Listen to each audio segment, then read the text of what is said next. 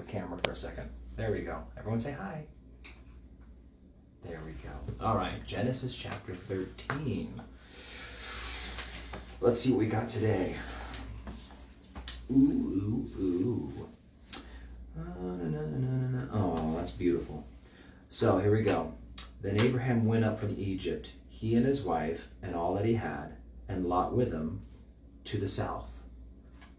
Abraham was very rich in livestock and silver and gold, and so he went on his journey from the south as far as Bethel, to the place where his tent had been at the beginning, between Bethel and Ai, to the place of the altar which he had made there at first.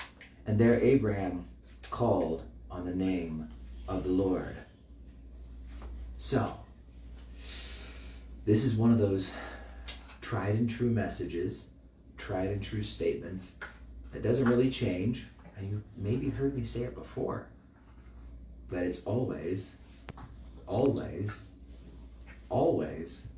a good reminder. Right, Hannah?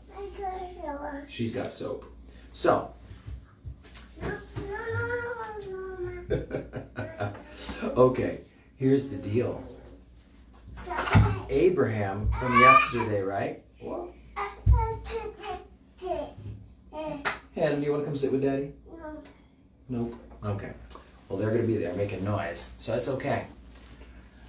Here's the deal. Yesterday we looked at Abraham in chapter 12, where there was famine and trials. No. Hey, can you be quiet? Shh, go. Shh. Oh, good job. Shh. Okay. So yesterday, in chapter 12, there was famine. So what does Abraham do? He goes down to Egypt, because that's what we do when there's famine. When stuff goes wrong, a few things break, get a bill from the mechanic. You know what it's like. When stuff goes wrong, we quite often go to Egypt. And things aren't very good. Bear with me for 1 second. Sit there. And so, I'm assuming that there's an absence of God's presence. Sorry, this has gotten drawn out. He goes to Egypt. He's lying about who Sarah is. He's having all these issues. He seems like things are actually fairly successful in Egypt. And so, what he ends up doing, here, you know what? Take Hannah out of the room. Go on. You're good. Go on. Let's give them a second. I'm worried if you have the soap out. Just go. Go on. Hannah's going to knock over the camera. You're really all going to wonder where I'm going with this. I'm really drawing it out, aren't I? Go on. Okay. So, I know you guys aren't distracted, but I'm horrifically distracted. I actually get really distracted when I'm teaching. You should tell the people who talk in church that. Shh, just between you and us.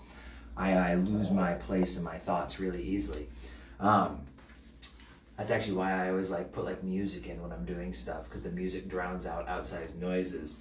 When I was in high school, I used to listen to heavy metal while I was typing papers for my history classes. I had college history 101, 102, and 103, and I remember putting on the rock music, and everyone wondered why I had such loud music. It was because if there was a commercial, our computer was in the living room. If there was a commercial going on because someone was watching TV, I couldn't think about what I was doing, because hearing the other stuff, my brain goes and starts picking up other things.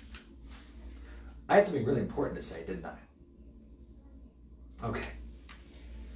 Here we go, guys. I'm just going to wrap this one up because my brain is so out there, but it's really simple. In the last chapter, we saw him go to Egypt, which is a picture in the Bible of slavery, of sin, and of bondage. We see him lying, but he's doing okay. Seems like he picked up some riches there. Maybe it's not all that bad. We're going to find out he got Hagar while he was there, more than likely, and that'll play out later. But the main issue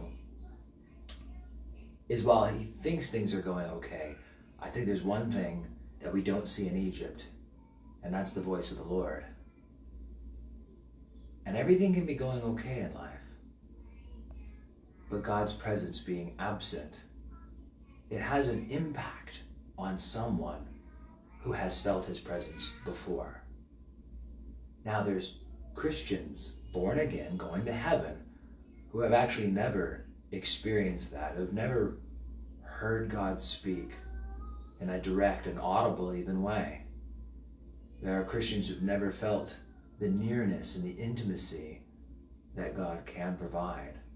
And if that's you, you need to seek that, because a glimpse of God's glory transforms you forever.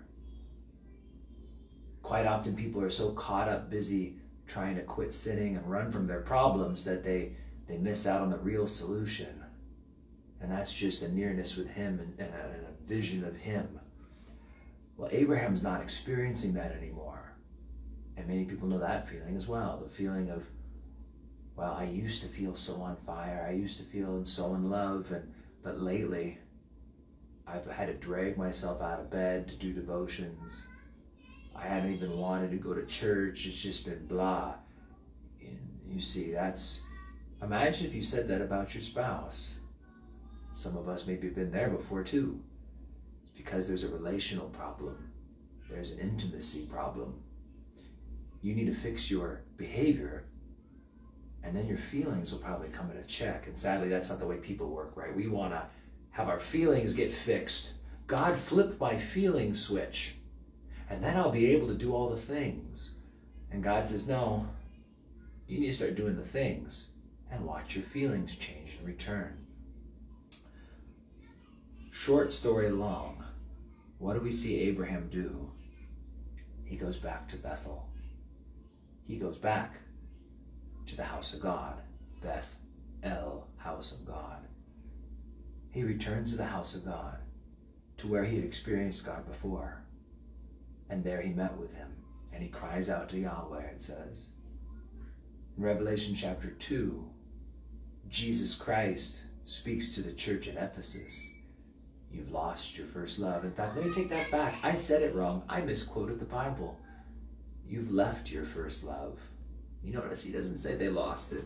I'm even going to double check now, because it's like, now I'm questioning myself, but I'm like 99% certain that some translations might even translate that incorrectly. But he says, remember from where you've fallen, because you've left your first love, in verse 4. You know, you never lose God.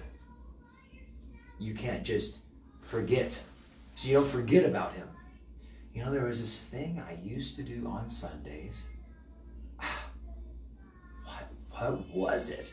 What was it I used to? I used to go on Sunday nights or Wednesdays, and I used to do this thing, and now I just, no, you don't forget, and you don't lose him. God is not your keys. God, you don't misplace God. You leave. Abraham went to Egypt. Quite often we, because we're tired, because we're in sin, because we're whatever, we leave.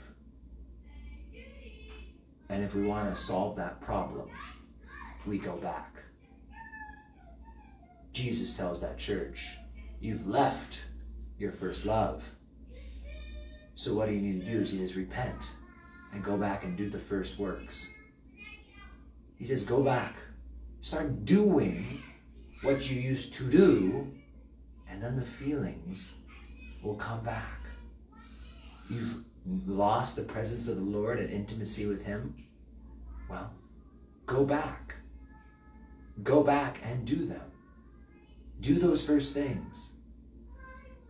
If you're going to wait till you feel like going to church, you're never going to go. You're going to wait till you finally commit to that Bible study or to that extra event, that extra thing, that extra time of fellowship. Don't wait for your feelings. Commit and watch God stoke the fire and fill you with his love once more. So, it's a pretty simple teaching that I just drew out after getting distracted with my kids. Abraham went back to Bethel. He went back to the house of God. And there he met with him. And God will speak to him again. And God will be powerful in his life again. So maybe that's what you needed to hear. I don't care how you feel. Do what you know you need to do and watch the feelings return. God bless you guys. Have an amazing day. It's Friday. It's Friday. I'll see you guys tomorrow.